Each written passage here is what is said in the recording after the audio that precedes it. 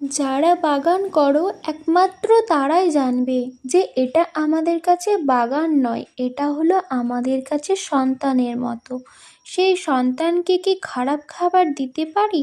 তাই ঘরোয়া পদ্ধতিতে বানিয়েছি এই খাবারটা, যেটা গাছকে দিলে গাছ তরতাজা থাকবে এবং পুষ্টিগুণে ভরপুর হয়ে যাবে।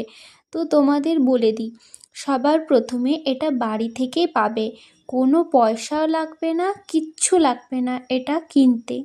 শুধুমাত্র বাড়িতে যে চাল দিয়ে ভাত রান্না হয়, সেই চালটা দেওয়ার আগে ওটা ভালো করে আমরা ধুয়ে নিই।